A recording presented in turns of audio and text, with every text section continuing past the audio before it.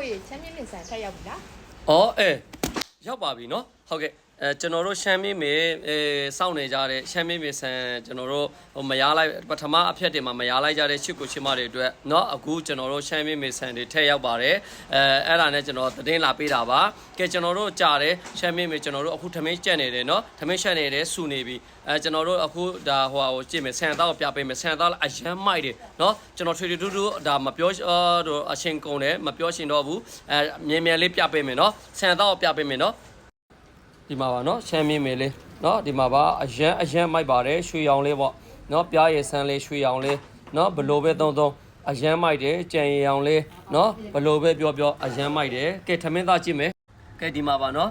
ကျွန်တော်ပထမခောက်မှလည်းကျွန်တော်ပြပေးပြီเนาะဒီမှာအရန်လာပါတယ်ထမင်းတွေရှည်ကြီးပဲနှုံညံ့ပြောပြီးတော့စားလို့ကောင်းတယ်เนาะအရင်ညှိလိုက်မယ်เนาะဒီမှာပါเนาะအရန်ကိုလာပါတယ်เนาะဒါရှမ်းမြင့်မေဆန်ကိုချက်ထားတဲ့ထမင်းပါထမင်းသားအေးတော့ရင်လည်းနှုံညံ့ပြီးတော့ပျော့ပြောင်းပြီးတော့စားလို့ကောင်းပါတယ်အရန်ကိုကောင်းပါတယ်စီချိုတီချိုသမားတွေရောအသက်ကြီးပိုင်းတဲ့လူတွေရောလူငယ်တွေရောအဝါလွန်တဲ့သူတွေရောအရန်စားဖို့ကောင်းတဲ့ဆန်တစ်မျိုးဖြစ်ပါတယ်เนาะတော်တော်လေးကိုနှုံညံ့ပျော့ပြီးလည်းစားလို့ကောင်းပါတယ်เนาะဒီဆန်လေးကိုဆန်းစားသုံးကြဖို့เนาะဆန်ဆိုင်တွေလည်းဆန်းပြီးတော့ရောင်းချကြဖို့အတွက်ဖိတ်ခေါ်ပါတယ်